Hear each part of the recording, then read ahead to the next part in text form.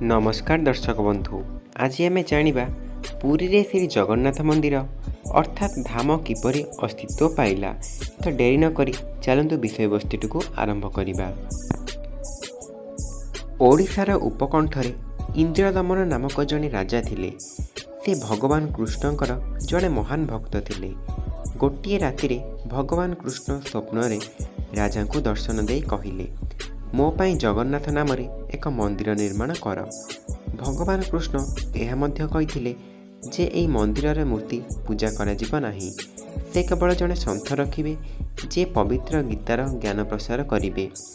से समुद्र निकट रे से स्थान मध्य देखाइले जेउठारे मंदिर निर्माण करा जिबा उचित। सकाळे राजा उठी तांको स्त्री को कहिले, गतकाली राति भगवान कृष्ण मते स्वप्न दर्शन देइथिले। से मते एक मंदिर निर्माण करने को कहिले। राजा कहिले, पवित्र कार्य काहेकि विलंब है?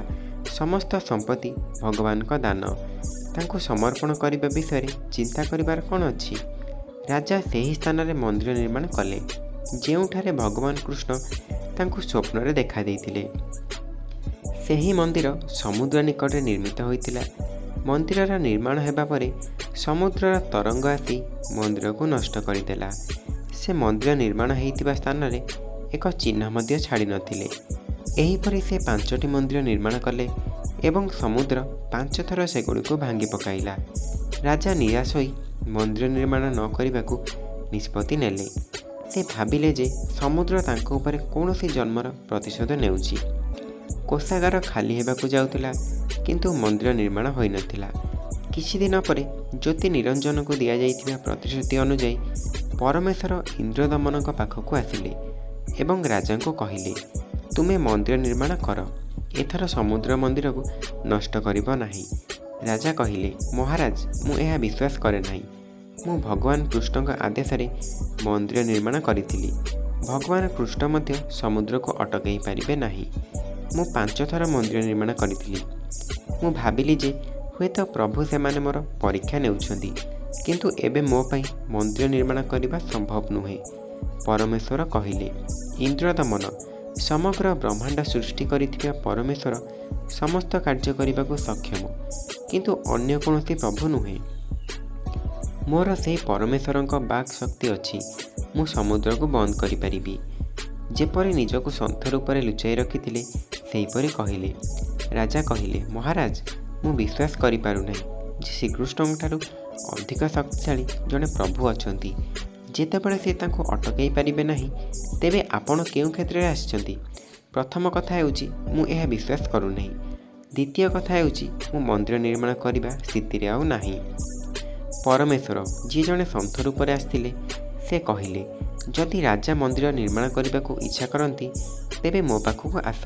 मु अमुक स्थान में रहे, एबे समुद्र मंदिर भांगिबो नाही। एहा कही प्रभु चलीगले। सेही राति भगवान श्रीकृष्ण स्वप्न रे राजा इंद्रदमन को दर्शन दे कहिले, पुणी थरे एक मंदिर निर्माण कर। आपणक पाखक आसीथिबा सन्थक सहित जोगाजोग कर एवं साहाय्य पई प्रार्थना कर। जे कौनसी साधारण सन्थ नुहंती, तांकर भक्ति अतुलनीय। राजा इंद्रदमन उठी तांक स्त्री रानी को तांक स्वप्नर समस्त कहानी कहिले। रानी कहिले, जेतेबेले प्रभु कहिबे तेबे एहाकु आउ छाड़िबो नाही। प्रभुंक प्रसाद निर्माण कर। रानीक शुभ उद्देश्यमूलक कथा सुनी से कहिले, एबे भंडार खाली अछि एवं जदि मंदिर निर्माण न हुए तेबे प्रभु असंतुष्ट हेबे। मु धार्मिक संकट रे पड़िछि। रानी कहिले, मो पाखरे अलंकार अछि, एहा सहित मंदिर भल भाव निर्मित हेब। तुमे एही अलंकार नै प्रभुंक आदेश पालन कर। एहा कही रानी तांको शरीरर समस्त अलंकार एवं घरर सिंदूकरे थिबा समस्त अलंकार प्रभुंक निकट तांको स्वामी पाद तले समर्पण कले। राजा इंद्रदमन से स्थान को गले जेउठारे परमेश्वर जने सन्थ रूपे आसीथिले एवं कथा हेले। कबीर अर्थात अज्ञात सन्थ समुद्र को बंद करने को प्रभु को प्रार्थना कले। प्रभु कबीर कहिले, एक मंच निर्माण कर जेउथिरे समुद्रर तरंग जेउठारे आसीबो सेठारो कूଳରେ बसिया पई मु प्रभु को पूजा करिबी एवं समुद्र कूଳ बंद करिबी। राजा एक पीठ परी एक बड़ पत्थर तैयारी कले। परमेश्वर कबीर से बसिले। ମନ୍ଦିର ନିର୍ମାଣ ଷଷ୍ଠ ଥର ପାଇଁ ଆରମ୍ଭ ହେଲା।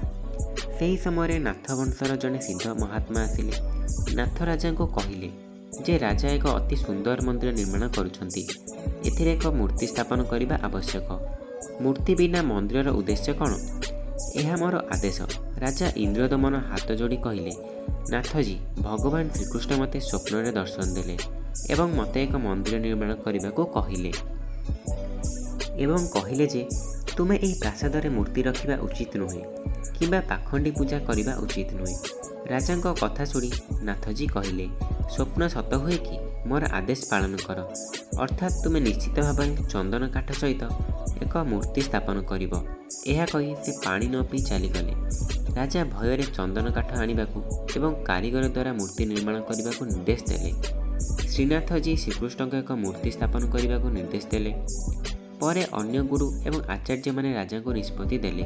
ପ୍ରଭୁ କିପରି ଏକା ରହିପାରିବେ? ସେ ସର୍ବଦା ଶ୍ରୀ ବଳରାମଙ୍କ ସହିତ ଥିଲେ। ଜଣେ କହିଲେ ଯେ ତେଣୁ ସେ ତାଙ୍କ ପ୍ରିୟ ଭଉଣୀ ସୁଭଦ୍ରାକୁ ବହୁତ ଭଲ ପାଉଥିଲେ। ସେ ତାଙ୍କ ଭାଇ ବିନା କିପରି ରହିପାରିବେ? ତାପରେ 3ଟି ମୂର୍ତ୍ତି ତିଆରି କରିବାକୁ ନିଷ୍ପତ୍ତି ନିଆଗଲା। 3 ଜଣ କାରିଗରଙ୍କୁ ନିଯୁକ୍ତ କରାଯାଇଥିଲା। ମୂର୍ତ୍ତି ତିଆରି ହେବା ମାତ୍ରେ ଏହା ଖଣ୍ଡ ଖଣ୍ଡ ହୋଇଯିବ। ଏହିପରି 3 କିମ୍ବା 4 ଖଣ୍ଡ ଭାଙ୍ଗିଗଲା। ରାଜା ବହୁତ ଚିନ୍ତିତ ହୋଇଗଲେ। ଭାବିଲେ ଯେ ଏହି କ୍ଷତି କିମ୍ବା ଗୁଣ ମୋ ଭାଗ୍ୟରେ ନାହିଁ। ମନ୍ଦିର ନିର୍ମିତ ଏବଂ ଭାଙ୍ଗି ଯାଇଛି ଏବଂ ମୂର୍ତ୍ତି ମଧ୍ୟ ଖଣ୍ଡ ଖଣ୍ଡ ହୋଇଯାଇଛି। ନାଥଜୀ କ୍ରୋଧରେ ଚାଲି ଯାଇଥିଲେ। ଯଦି ମୁଁ ତାଙ୍କୁ କହିବି ଯେ ମୂର୍ତ୍ତି ଭାଙ୍ଗି ଯାଇଛି, ସେ କହିବେ ଯେ ରାଜା ବାହାନା କରୁଛନ୍ତି ଏବଂ ଯଦି ସେ ମୋତେ ଅଭିଶାପ ଦିଅନ୍ତି ତେବେ ସେ ମୋତେ ଅଭିଶାପ ଦେବେ। ଚିନ୍ତାଗ୍ରନ୍ଥ ଅନୁସାରେ ରାଜା ଠିକ୍ ଭାବରେ ଖାଆନ୍ତି ନାହିଁ କିମ୍ବା ଶୋଇପାରନ୍ତି ନାହିଁ। ସକାଳେ ସେ କ୍ଳାନ୍ତ ହୋଇ ରାଜଦରବାରକୁ ଗଲେ। ସେହି ସମୟରେ ପୂର୍ଣ୍ଣ ପରାତ୍ମା କବୀର ପ୍ରଭୁ 80 ବର୍ଷ ବୟସ୍କ କାରିଗରଙ୍କ ପୋଷାକ ପିନ୍ଧି ରାଜଦରବାରକୁ ଗଲେ। ତାଙ୍କ କଟିରେ ଏକ ଥଳି ଥିଲା। କରତରେ କିଛି ଅଂଶ ବାହାରୁ ଦୃଶ୍ୟମାନ ହେଉଥିଲା, ଯାହାର ଅର୍ଥ ହେଉଛି ଏହା କହିବା ବାହୁଲ୍ୟ ଯେ ଯଦି ସମସ୍ତ କରତକୁ ଥଳିରେ ଦେଖନ୍ତି ତେବେ ସେମାନେ ବୁଝିବେ ଯେ ଏହି ବ୍ୟକ୍ତି ଜଣେ କାରିଗର ଏବଂ ଅନ୍ୟାନ୍ୟ ଉପକରଣ ଏଥିରେ ପ୍ୟାକ୍ କରାଯାଇଥିଲା। କାରିଗର ରୂପରେ ପ୍ରଭୁ ରାଜାଙ୍କୁ କହିଲେ, ମୁଁ ଶୁଣିଛି ଯେ ମନ୍ଦିରରେ ଥିବା ମୂର୍ତ୍ତି ବାରମ୍ବାର ଭାଙ୍ଗି ଯାଉଛି। ଏହା ସମ୍ପୂର୍ଣ୍ଣ ହେଉନାହିଁ। ମୋର ବୟସ 80 ବର୍ଷ, କିନ୍ତୁ ମୋର 60 ବର୍ଷର ମୂର୍ତ୍ତି ତିଆରି କରିବାର ଅଭିଜ୍ଞତା ଅଛି। ସମସ୍ତ କାରିଗର ଚନ୍ଦନ କାଠର ମୂର୍ତ୍ତି ତିଆରି କରିପାରିବେ ନାହିଁ। ଯଦି ଆପଣ ଆଦେଶ ଦିଅନ୍ତି ତେବେ ସେବକ ଉପସ୍ଥିତ। ରାଜା କହିଲେ, କାରିଗରମାନେ ହେଉଛି ଯେ ଭଗବାନ ମୋ ପାଇଁ କାରିଗର ହୋଇଗଲେଣି। ମୁଁ ବହୁତ ଚିନ୍ତିତ ଥିଲି। ଭାବିଥିଲି ଯେ ଯଦି ମୁଁ ଜଣେ ଦକ୍ଷ କାରିଗର ଦେଇପାରିବି ତେବେ ସମସ୍ୟାର ସମାଧାନ ହୋଇଯିବ। ତୁମେ ଶୀଘ୍ର ମୂର୍ତ୍ତି ତିଆରି କର। ଜଣେ ବୃଦ୍ଧ କାରିଗର ରୂପରେ ଆସିଥିବା କବିମାନେ ରାଜାଙ୍କୁ କହିଲେ, ମୋତେ ଏକ କୋଠରୀ ଦିଅ ଯେଉଁଠାରେ ମୁଁ ବସି ପ୍ରଭୁଙ୍କ ମୂର୍ତ୍ତି ତିଆରି କରିପାରିବି। ମୁଁ ଭିତରରୁ ଦ୍ୱାର ବନ୍ଦ କରି ସଫାସୁତୁରା ଭାବରେ ମୂର୍ତ୍ତି ତିଆରି କରିବି। ଏହି ମୂର୍ତ୍ତି ତିଆରି ହେବା ପରେ ମୁଁ ଦ୍ୱାର ଖୋଲିବି।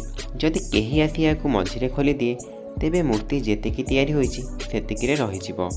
ରାଜା କହିଲେ, ତୁମେ ଯାହା ଉପଯୁକ୍ତ ମନେ କରୁଛ। ମୂର୍ତ୍ତି ତିଆରି କରିବାକୁ 12 ଦିନ ଲାଗିଲା। ଗୋଟିଏ ଦିନ ନାଥଜୀ ରାଜାଙ୍କୁ ପଚାରିଲେ, ଇନ୍ଦ୍ରଦମନ, ମୂର୍ତ୍ତି ପ୍ରସ୍ତୁତ ହେଲା କି? ରାଜା ହାତ ଯୋଡ଼ି କହିଲେ, ମହାତ୍ମାଜୀ, ତୁମର ଆଦେଶ ସମ୍ପୂର୍ଣ୍ଣ ଭାବରେ ପାଳନ କରାଗଲା, କିନ୍ତୁ ମୋର ଦୁର୍ଭାଗ୍ୟ ହେଉଛି ଯେ ମୂର୍ତ୍ତି ତିଆରି ହେଉନାହିଁ। ଏହା ଅଧା କରିବା ସମୟରେ ଖଣ୍ଡ ଖଣ୍ଡ ହୋଇଯାଏ। ଚାକର ସେହି ଖଣ୍ଡଗୁଡ଼ିକୁ ଆଣି ନାଥ ମହାତ୍ମାଙ୍କୁ ଦେଖାଇଲା। ନାଥଜୀ କହିଲେ, ମୂର୍ତ୍ତି ତିଆରି କରିବାକୁ ପଡ଼ିବ। ଏବେ ଏହାକୁ ତିଆରି କର ଏବଂ ଦେଖ କିପରି ମୂର୍ତ୍ତି ଭାଙ୍ଗିଯାଏ। ରାଜା କହିଲେ, ମହାତ୍ମାଜୀ ସମାପ୍ତ ହେଉଛନ୍ତି। ପ୍ରଭୁଙ୍କ ଦ୍ୱାରା ପଠାଯାଇଥିବା ଜଣେ 80 ବର୍ଷୀୟ କାରିଗର ଏକ ବନ୍ଦ କୋଠରୀରେ ମୂର୍ତ୍ତି ତିଆରି କରୁଛନ୍ତି। ସେ କହିଲେ ଯେ ମୂର୍ତ୍ତି ପ୍ରସ୍ତୁତ ହେବା ମାତ୍ରେ ସେ ଦ୍ୱାର ଖୋଲିଦେବେ। ଯଦି କେହି ମଧ୍ୟଭାଗରେ ଦ୍ୱାର ଖୋଲିଦିଏ ତେବେ ଏହା ପ୍ରସ୍ତୁତ ହେବା ପର୍ଯ୍ୟନ୍ତ ରହିବ। ଆଜି ତାଙ୍କ ମୂର୍ତ୍ତି 12 ଦିନ ଧରି ତିଆରି ହୋଇଛି, ନଚେତ୍ ସେ ବାହାରକୁ ଯାଇନାହାନ୍ତି। ତେଣୁ ସେ କେବେ ଖାଇନାହାନ୍ତି କିମ୍ବା ପାଣି ପିଇନାହାନ୍ତି। ନାଥଜୀ କହିଲେ, ମୂର୍ତ୍ତି ଦେଖିବାର କ'ଣ ଆବଶ୍ୟକତା ଅଛି? ଏହା ପ୍ରସ୍ତୁତ ହେଲେ ଆଉ କ'ଣ ଦେଖିବାର ଅଛି? ଯଦି ଏହା ଠିକ୍ ଭାବରେ ତିଆରି ହୋଇନାହିଁ ତେବେ ଏହା ଠିକ୍ ଭାବରେ ତିଆରି ହେବ। ଏହା କହି ନାଥଜୀ ରାଜାଙ୍କ ସହିତ ଯେଉଁ କୋଠରୀରେ ମୂର୍ତ୍ତି ତିଆରି ହେଉଥିଲା ସେଠାକୁ ଗଲେ ଏବଂ ଚିତ୍କାର କରି କହିଲେ, ଶ୍ରମିକ, ଦ୍ୱାର ଖୋଲ। ଏହା ଅନେକ ଥର କହିବା ପରେ ମଧ୍ୟ ଦ୍ୱାର ଖୋଲିଲା ନାହିଁ, କିନ୍ତୁ ଭିତରୁ ଏକ ଠକ୍ ଠକ୍ ଶବ୍ଦ ଶୁଭିଲା। ନାଥଜୀ ଦ୍ୱାର ଭାଙ୍ଗିଦେଲେ। ଦେଖିଲେ ଯେ ମୂର୍ତ୍ତି ତିଆରି ସରିଛି, କିନ୍ତୁ କାରିଗର ଅଦୃଶ୍ୟ ହୋଇଯାଇଛନ୍ତି। ମନ୍ଦିର ନିର୍ମିତ ହୋଇସାରିଥିଲା ଏବଂ ଅନ୍ୟ କୌଣସି ବିକଳ୍ପ ନ ଦେଖି ନାଥଜୀ ନିଜ ଜିଦ୍ ଯୋଗୁଁ କହିଲେ, ଏହି ମୂର୍ତ୍ତି ସ୍ଥାପନ କର।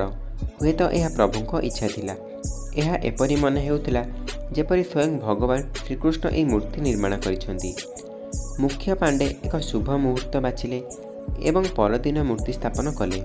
ସମସ୍ତ ପଣ୍ଡିତ, ରାଜା, ସୈନିକ ଏବଂ ଭକ୍ତମାନେ ମୂର୍ତ୍ତିରେ ନିଜ ଜୀବନ ଦେବାକୁ ବାହାରିଲେ।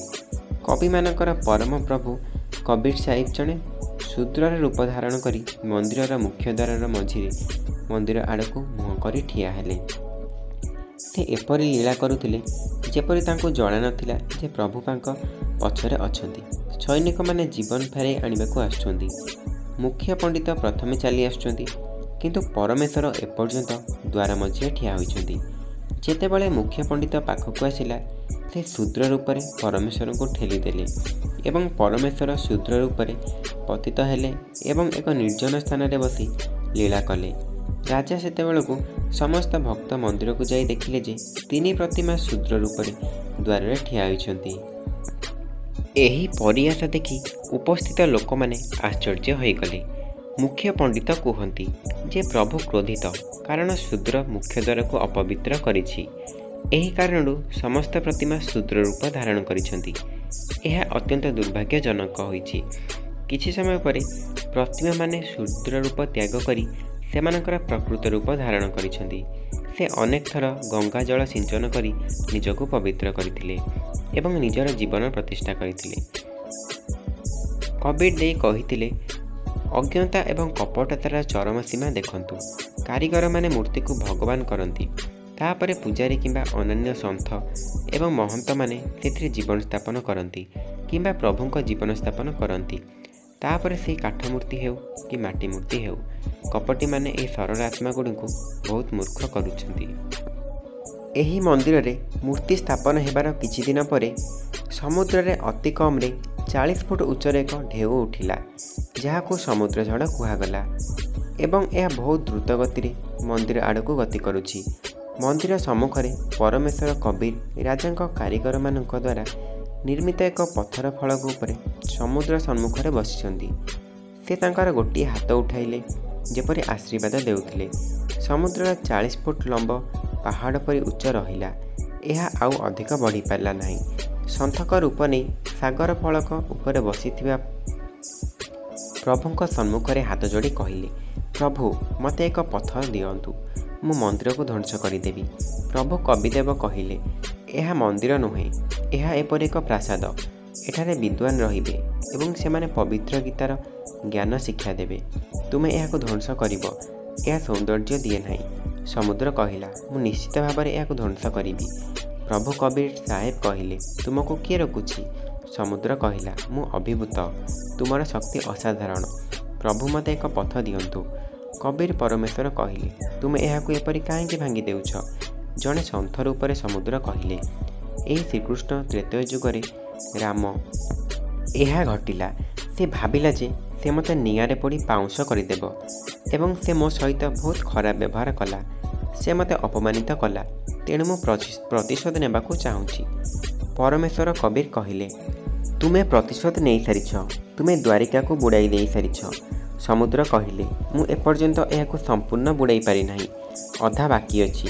ତାହା ମଧ୍ୟ ମହାଶକ୍ତି ସମ୍ପୂର୍ଣ୍ଣ ଜଣେ ସନ୍ଥ ମୋ ସାମ୍ନାକୁ ଆସିଥିଲେ। ମୁଁ ଦ୍ୱାରିକାକୁ ସମ୍ପୂର୍ଣ୍ଣ ବୁଡ଼ାଇ ପାରିନାହିଁ। ମୁଁ ଏବେ ବି ଚେଷ୍ଟା କରୁଛି, କିନ୍ତୁ ମୁଁ ସେଠାକୁ ଯାଇପାରୁନାହିଁ। କେହି ଜଣେ ମୋତେ ସେଠାରୁ ବାନ୍ଧି ଦେଇଛି।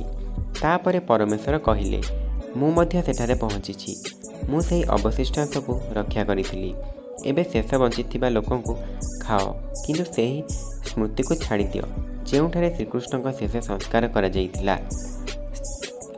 ଏହି ସ୍ମୃତି ପ୍ରମାଣ କରିବ ଯେ ବାସ୍ତବରେ ଶ୍ରୀକୃଷ୍ଣ ମୃତ୍ୟୁବରଣ କରିଥିଲେ, ତେଣୁ ସେ 5ଟି ଭୌତିକ ଶରୀର ଛାଡ଼ିଥିଲେ। ନଚେତ୍ ଭବିଷ୍ୟତରେ ଆସୁଥିବା ଲୋକମାନେ ଭାବିବେ ଯେ ଶ୍ରୀକୃଷ୍ଣ ଆଦୌ ମରିନାହାନ୍ତି। ପରମେଶ୍ୱରଙ୍କଠାରୁ ଆଦେଶ ପାଇବା ପରେ ସମୁଦ୍ର କବୀର ଶେଷ ଦ୍ୱାରିକାକୁ ମଧ୍ୟ ବୁଡ଼ାଇ ଦେଇଥିଲେ। ପରମେଶ୍ୱର କବୀର ସାହେବ କହିଥିଲେ, ଏବେ ଆଉ କେବେ ଏହି ଜଗନ୍ନାଥ ମନ୍ଦିରକୁ ନଷ୍ଟ କରିବାକୁ ଚେଷ୍ଟା କରିବ ନାହିଁ। ଏହି ଆଶ୍ରମକୁ ଦୂରକୁ ଯାଅ। ସେ ପ୍ରଭୁଙ୍କୁ ପ୍ରଣାମ କରି ସେ ମନ୍ଦିରର ଅତି କମ୍ରେ 1.5 କିଲୋମିଟର ଦୂରର ପଛକୁ ହଟିଗଲେ। ଏହିପରି ଶ୍ରୀ ଜଗନ୍ନାଥ ମନ୍ଦିର ପ୍ରତିଷ୍ଠା ହୋଇଥିଲା।